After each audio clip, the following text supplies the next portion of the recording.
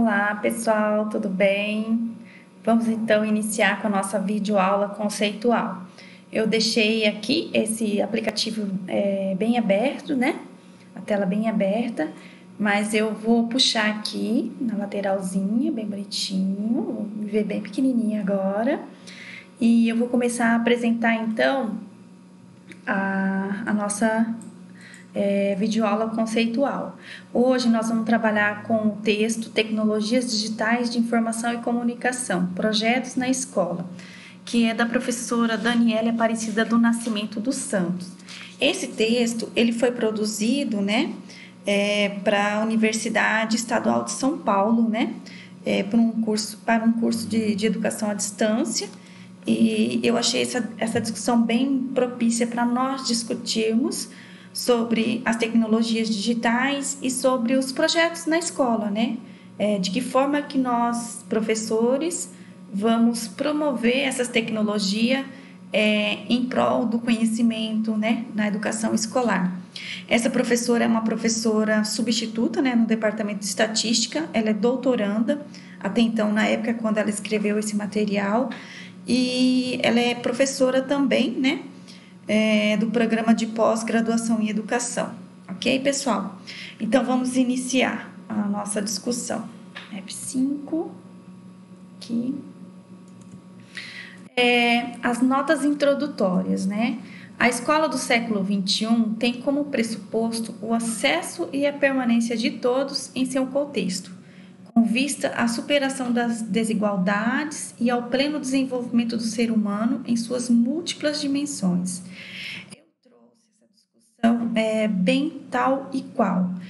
Eu penso que essa primeira parte desse artigo ele é muito importante para nós entendermos e dar continuidade na discussão. Essa escola ela tem que estar preocupada não somente com o acesso.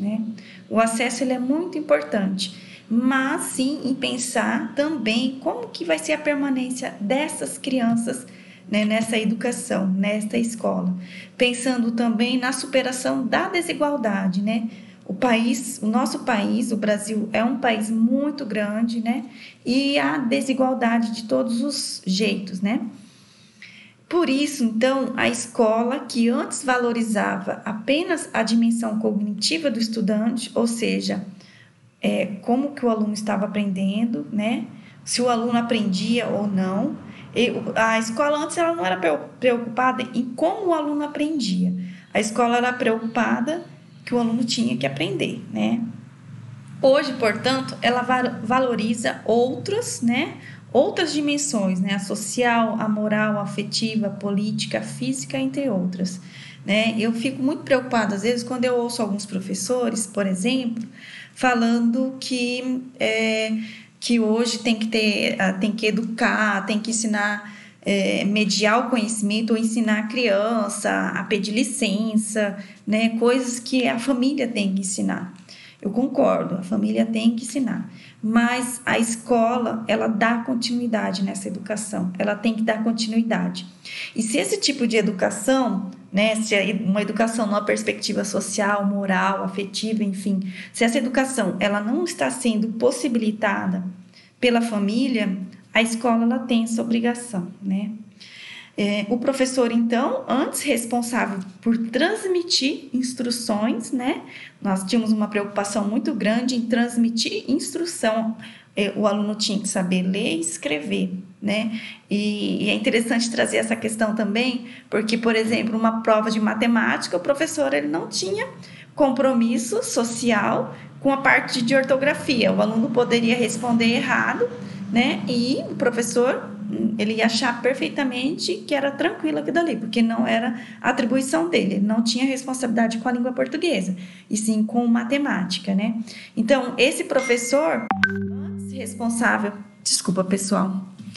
antes responsável por essa transmissão de instrução, Hoje, e pela prática de um ensino verticalizado, ou seja, de cima para baixo, unissensorial e que utilizava apenas a mídia, que era o giz e o quadro negro, Hoje tem uma discussão também muito importante no interior das escolas, que é a questão da letra cursiva, né? Eu sempre dialogo com os professores, porque eu trabalho com crianças da educação infantil, primeiro e segundo ano, ou seja, as crianças elas aprendem a letra em bastão, letras, né, maiúsculas, digamos assim, em bastão, de forma, né? E quando elas vão para o primeiro e segundo ano, tem essa discussão, os pais já começam a cobrar, e eu me questiono, onde é que nós hoje utilizamos a letra cursiva, né? De que forma que nós utilizamos? Por exemplo, se você vai deixar um bilhete em casa, hoje você não deixa mais um bilhete na sua casa, você manda um WhatsApp, você manda uma mensagem para o WhatsApp. E eu não vejo ninguém escrevendo com letra cursiva no WhatsApp, ok? Então, se você parar para analisar, a letra bastão, ela está em todos os espaços. Você não vê letra cursiva numa fachada de loja, por exemplo. Você não pega um alimento aqui, uma embalagem com um alimento, por exemplo, escrito em letra cursiva. Então, a gente acaba que avaliando, refletindo sobre essas questões, né? Essa transmissão de instrução. Para que serve hoje, né, a letra cursiva? Então, assim, eu venho nessa direção fazendo essas reflexões. Respeito alguns professores que falam muito da questão da coordenação motora, tal, mas hoje em dia nós temos que pensar em que medida isso é significativo para a minha vida, né? De que forma que a letra cursiva vai ser significativa na vida dessa criança daqui 5 anos, nesse mesmo ano, entendeu? Então, assim, serve para a gente pensar um pouco, ok? E também para a gente pensar nas mudanças, né? Pensar as TICs, né? E a prática, né? Quais são as mudanças que ela envolve, né? Pensar na construção do conhecimento e não mais no domínio do conteúdo, ou seja, o professor, é claro que ele tem que ter o domínio do conteúdo, mas a construção do conhecimento junto aos estudantes, ela é muito mais importante, né? Eu lembro logo que eu iniciei com vocês, eu levei a minha ementa para a gente discutir, né? Para nós discutirmos e ver qual que era a melhor forma, né? De propor que fosse de forma significativa para os estudantes, né?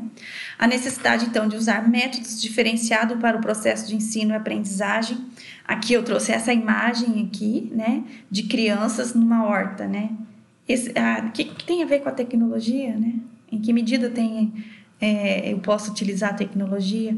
Então, assim, essa imagem, ela é bem provocativa, né? Qual é a relação com as tecnologias digitais?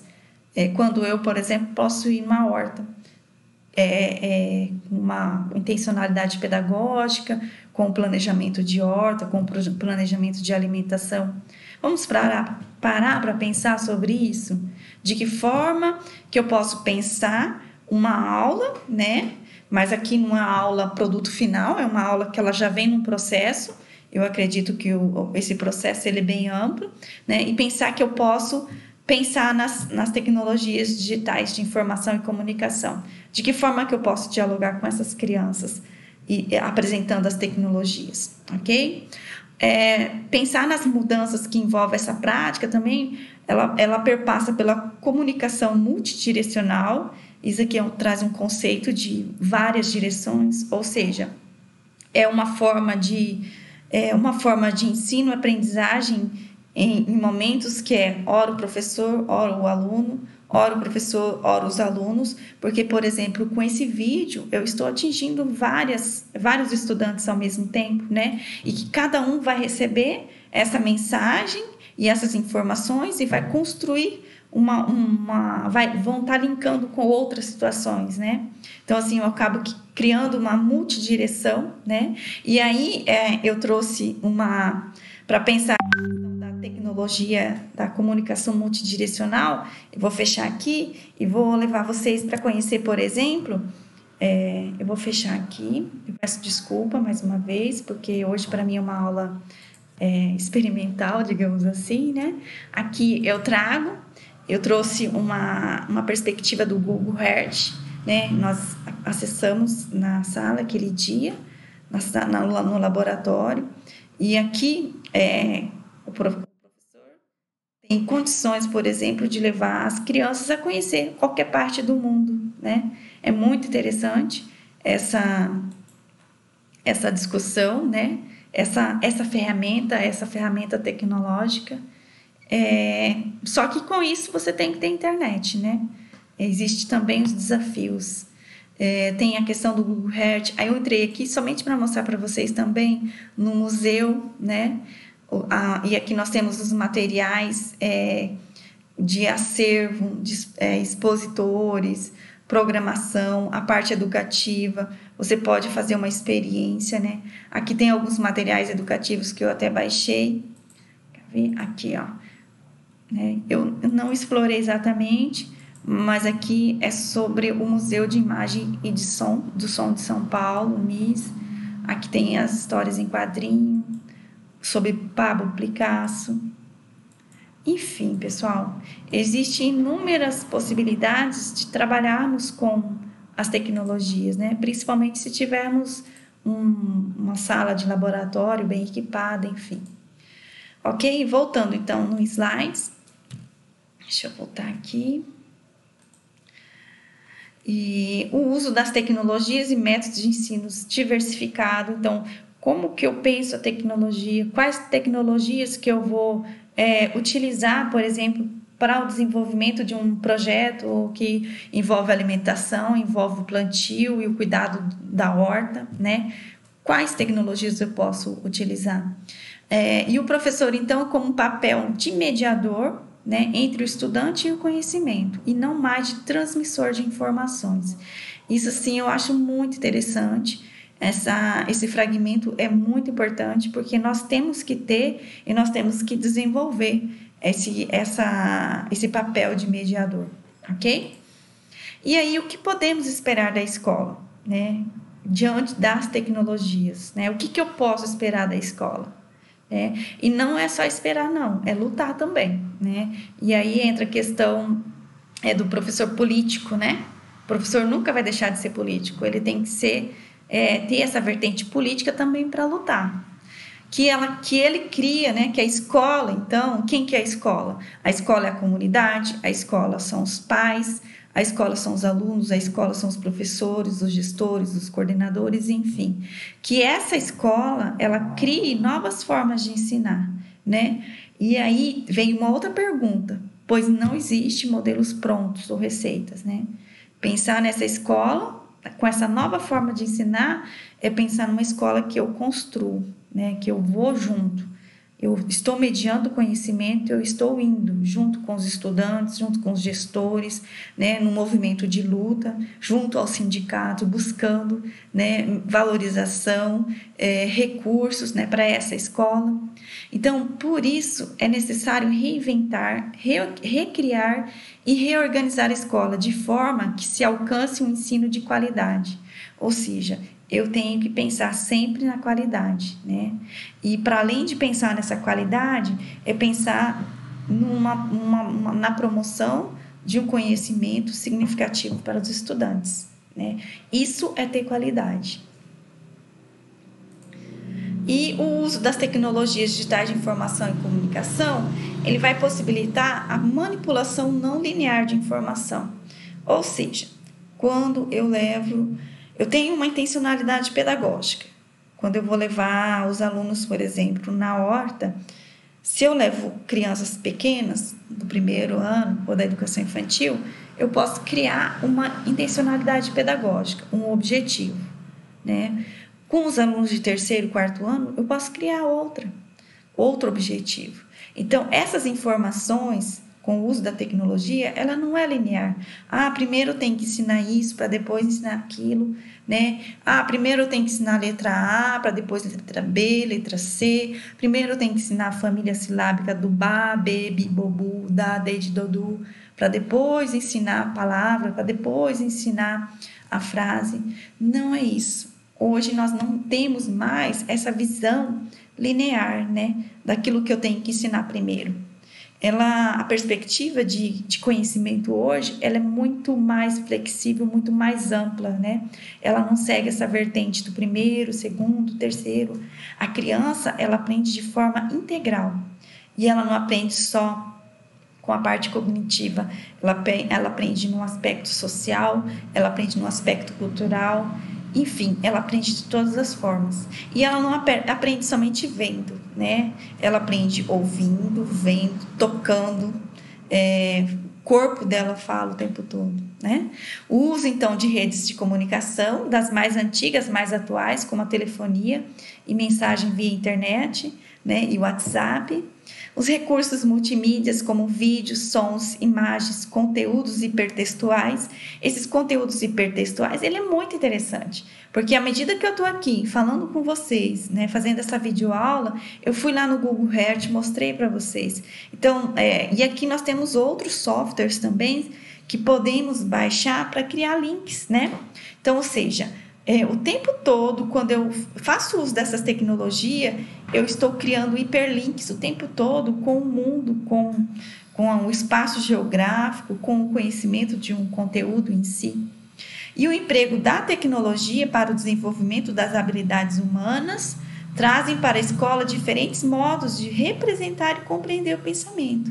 Então, o emprego dessas tecnologias, eles nos fazem a compreender de forma diferente, né? Eu aprendo de uma forma, né? As crianças vão aprender de outras formas. Os ângulos, né, para essa educação, para esse conhecimento, é um ângulo muito diferenciado. E quando temos a possibilidade de dialogar e mediar esse conhecimento e abrir e ouvir a criança e trazer a criança para o centro, né, desse planejamento, eu posso compartilhar a forma com que ela está compreendendo, e a partir disso outros que não tinham essa mesma compreensão podem ampliar esse conhecimento a partir da perspectiva dela. E as TICs, então, as TEDx, possibilitam que os professores e alunos, numa perspectiva de construção do conhecimento, porque o conhecimento ele está em construção o tempo todo, eles representem suas ideias, testem hipóteses, criem e recriem um mundo abstrato simbólico e testem novas formas de atuação e interação. A partir do momento que eu levei vocês para conhecer o Google Earth, a partir do momento que eu posso mostrar a minha cidade, mostrar até mesmo a casa onde eu moro, eu estou testando hipóteses, eu estou criando e recriando um mundo abstrato e ao mesmo tempo simbólico, né? E o professor, então, ele tem que estar preparado, né, para uma prática baseada em procedimentos de ensino mas, né, o professor, na verdade, eu esqueci de falar o mais, pessoal. O professor ele tem que estar preparado para uma prática baseada em procedimentos de ensino que visam o mero acumulamento de informações por parte do aluno, ainda está pouco instrumentalizado para reinventar a sua prática e assumir uma postura crítica. Ou seja, o que eu quis dizer? Que o professor, se ele estiver preparado apenas para esse procedimento de ensino que visa somente acúmulo de informação, esse professor ele não está preparado para reinventar a sua prática e assumir uma postura crítica, né? O ensino hoje ele é muito mais amplo do que só acumular conhecimento e informação, né? O ensino ele tem que essas informações ela tem que ser significativa para as crianças, porque se elas não forem significativas, a criança não vai conhecer, ela não vai se apropriar desse conhecimento, né? Então, o professor que ele tem essa postura ainda, né? E aqui eu trouxe uma imagem bem interessante, que é uma imagem que registra a educação bancária, que tanto fala Paulo Freire, né? Então, o professor ele tem que assumir essa postura crítica, né? E desmistificar que aquilo que ele vai falar, ou a forma com que ele vai ensinar ali, né? Que é só acúmulo de informação, que os alunos ali estão como se fosse banco, né? Somente para receber, ele não faz parte, então, dessa perspectiva de professores, né? Que visam um conhecimento crítico, que visam um conhecimento numa postura crítica de conhecimento e aprendizagem. Ok, pessoal? Então, o gerenciamento de informações na escola significa o quê? Que não é somente ressignificar a prática pedagógica e inserir nela o uso das TICs, pois o desafio não está na tecnologia, mas no uso que se faz dela. Ou seja, a tecnologia por si só, ela não vai fazer milagre. O que vai fazer a diferença na sala de aula é o uso que o professor pode fazer dela, né? Por exemplo, eu tenho uma máquina, tenho uma câmera digital, eu posso pegar a câmera digital e sair tirando fotos, né? E levar uma aula com várias imagens. É interessante, né? Só que, para além dessa forma, eu posso pedir que os alunos saiam e façam as fotos, né? Eu posso pedir para que eles façam um portfólio, né? O aluno, ele vai estar aprendendo, essa aprendizagem, ela vai ser muito mais significativa, ou apenas eu levar somente as imagens vai ter um significado tão importante quanto a construção, né? O aluno construir, né? Então, o principal desafio dessa nova escola, desses novos professores e desses novos estudantes é explorar e construir o conhecimento segundo as necessidades dos indivíduos. Ou seja, eu tenho que explorar essa tecnologia para poder construir conhecimento de acordo com a minha necessidade, né? E além disso, articular o papel da instituição educacional como principal mobilizadora de transformações, com o papel do professor, que é e sempre será o mediador e promotor da aprendizagem. Ou seja, o professor, ele tem um papel muito importante, né? Aí vocês podem parar e mas como, né? Agora, o aluno é o centro do processo, né? Do planejamento. Ele é o centro. Por que ele é o centro? Porque é a partir da forma com que o professor vai estar articulando o conhecimento, ele passa a ver o aluno como centro, né? Ele passa a mobilizar e transformar, né? E mediando, esse papel dele, é mediar, né? E promover a aprendizagem, né? E uma aprendizagem significativa. Por isso que eu sempre digo que é muito importante a forma com que o professor conduz a sua prática pedagógica. A prática pedagógica, ela tem que sempre estar casada com o movimento da formação continuada, com o movimento da reflexão. Por isso a importância do professor registrar, né? Registrar a aula. O planejamento é importante. Só que o planejamento ele é importante a partir do momento que o professor registra a forma com que os alunos estão aprendendo, o feedback que os alunos estão dando, né? Porque a partir desse registro, ele vai retomar novamente, vai refletir sobre esse registro, vai retomar e vai propor um novo planejamento, vindo ao encontro da necessidade das crianças. E aí, nós vamos entrar agora na parte dos projetos, né? Pensar o que são os projetos, né? E eu vou deixar para vocês agora ler o que são os projetos na escola, na instituição de educação, né? A forma que eu posso reorganizar esses projetos em virtude dessas tecnologias. E vou deixar como tarefa, então, o fórum para aprofundamento do tema, tá?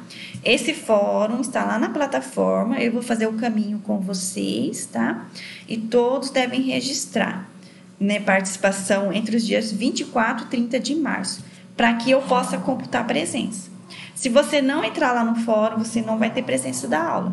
Você pode até ter lido o texto, mas o fórum foi criado, essa ferramenta foi criada para que vocês possam acessar e pontuar. E lá no fórum, eu vou encaminhar vocês para o fórum agora, para vocês fazer o passo a passo do fórum, para que vocês possam...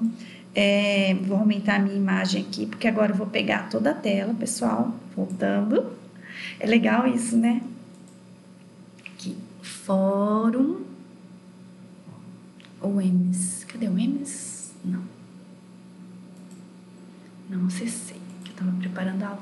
Vamos lá, pessoal. Eu vou entrar pelo Google, o EMS. Aqui vocês entram na página. Eu estou fazendo esse caminho, pessoal, para que vocês tenham condições de acessar, tá ok? Aí eu vou entrar aqui, ó, EAD, acesso às salas virtuais. Eu vou entrar com o meu CPF e a minha senha. Eu acho que essa aqui é a minha senha. Acho que é essa aqui. Vamos ver, pessoal. E aqui, ó, eu criei a nossa sala, certo? Vamos lá. Aqui, meus cursos. Vamos ver se essa disciplina. Aqui, ó, pessoal. Educação e tecnologias digitais. Essa parte aqui nós vamos pular um pouco, porque depois eu vou explicar sobre ela. E nós vamos na aula do dia 24 de março, que é hoje. Ó, fórum de interação. Tá? Aqui vocês vão destacar um fragmento do texto, citando a página e logo após comentando a citação. Ou seja, vocês vão recortar um fragmento do texto que vocês acharam interessante e vão comentar com as vossas palavras, ok? Aí vocês vêm aqui, ó, acrescenta um tópico e aí quem for primeiro, né, quem apresentar primeiro, coloca lá o tópico de discussão, né, pode pôr seu nome e você dá continuidade. Outro poderá vir aqui, ó, que vai enviar mensagem ao fórum, aí depois aqui tem outros que poderão acessar ali, ó, ok? E escrever, responder ao tópico, tá bom? E vai ficar registrado, então, a participação de vocês, certo? Bom, pessoal, a nossa videoaula hoje, né? Não quero fazer uma videoaula conceitual muito pesada, porque depois nós temos alguns alunos que poderão baixar pelo celular, eu posso estar enviando por YouTube também os videozinhos, vou disponibilizar no WhatsApp, né, do grupo, vou enviar para o líder e o líder pode estar desenvolvendo e enviando para o restante da turma, ok? Desenvolvendo não, eles vão estar copiando e enviando para o restante da turma, mas vocês terão que acessar a plataforma, certo? Um abração e até a próxima.